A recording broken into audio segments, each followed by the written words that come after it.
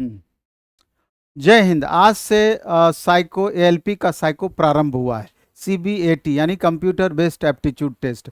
लेकिन रेलवे कब सुधरेगी ये पता नहीं चल रहा। अभी इतना बड़ा रेलवे रिफॉर्म को लेकर के आंदोलन चला, और उस आंदोलन का एक प्रमुख मांग में से ये भी मांग शामिल था कि जो भी सेंट्रल रेलवे के द्वारा दिया जाता है, पहले उसकी अच्छी तरीके से छानबीन कर ली जाए, और जो सिस्टम वहां पर यूज होता है उसकी छानबीन कर ली जाए। एग्जाम टाइम में कोई बच्चों को प्रॉब्लम नहीं होना चाहिए। और आपको भी पता है कि सीबीएटी में एक एक मिनट का क्या महत्व है। तो आज कई सेंटर से लगातार सूचना मिली गड़बड़ी की, जिसमें कि हम एक उदाहरण आपको दिखाते हैं, उसके बाद अन्य सेंटर के बारे में भी हम बात करेंगे। आप देखिए, ये पटना में दानापुर सेंटर का स्थिति है ये। और sky moon point online examination centre, Vijay Vihar colony, Khagaul road, Patna. यहां पर दिक्कत ये हुआ कि 15 स्टूडेंट का सिस्टम कंप्लीट काम नहीं कर रहा था और पूरा हंगामा वाला स्थिति हो गया। अंततः आरपीएफ डीएसपी आकर के मामले को कंट्रोल की और 15 स्टूडेंट को कॉपी कलम मोड में, यानी कि कॉपी और पेन उनको थमा दिया गया वो क्वेश्चन को सॉल्व करने के लिए। स्थिति ये थी। और इसके अलावा अभी तो रांची में भी इस तरह का घटनाएं आपको देखने को मिली। रांची को तो फर्स्ट सिटिंग रिशेड्यूल कर दिया गया, सेकेंड सिटिंग के बारे में भी इंफॉर्मेशन दिया गया। और ये स्टूडेंट जो मेरे साथ में है, इनका centre the Ganga digital Patna का ही है। आसियाना हुंडई शोरूम रानीपुर पैजावा यानी कि बाईपास के नजदीक इसका सेंटर है। इसके साथ ये प्रॉब्लम हुआ।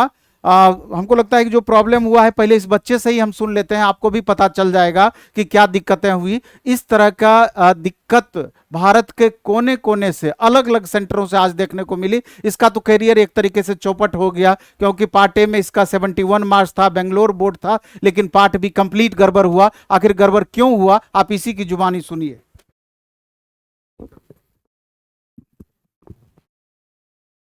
सर जैसे ही मैं मतलब कि मेमोरी याद किया, उसके बाद से कंप्यूटर पूरा एकदम स्टॉप हो गया। उसके बाद कुछ काम ही नहीं कर रहा था। तो थोड़ा सा हम बुलाए जो वहाँ पे थे, तो 2-3 आए और उसके बाद ठीक किए। तो करीब करीब 8 से 10 मिनट लग गया ठीक होने में। उसके बाद मैं तो क्वेश्चन आया तो मैं पूरा मेमोरी भूल गया था, और थोड़ा सा दिमाग भी डाइवर्ट हो गया था। और लास्ट तक जो एग्ज़ाम दिए, लास्ट में सबका हो गया था और मेरा चल ही रहा था, तो सब लोग हल्ला करने लगा था। इससे के चलते मेरा भी लास्ट में भी क्वेश्चन छूट गया। और ये प्रॉब्लम ये सिर्फ आदित्य का नहीं है, बल्कि आप देखेंगे शाम तक आपको डिटेल मिल ही जाएगा न्यूज।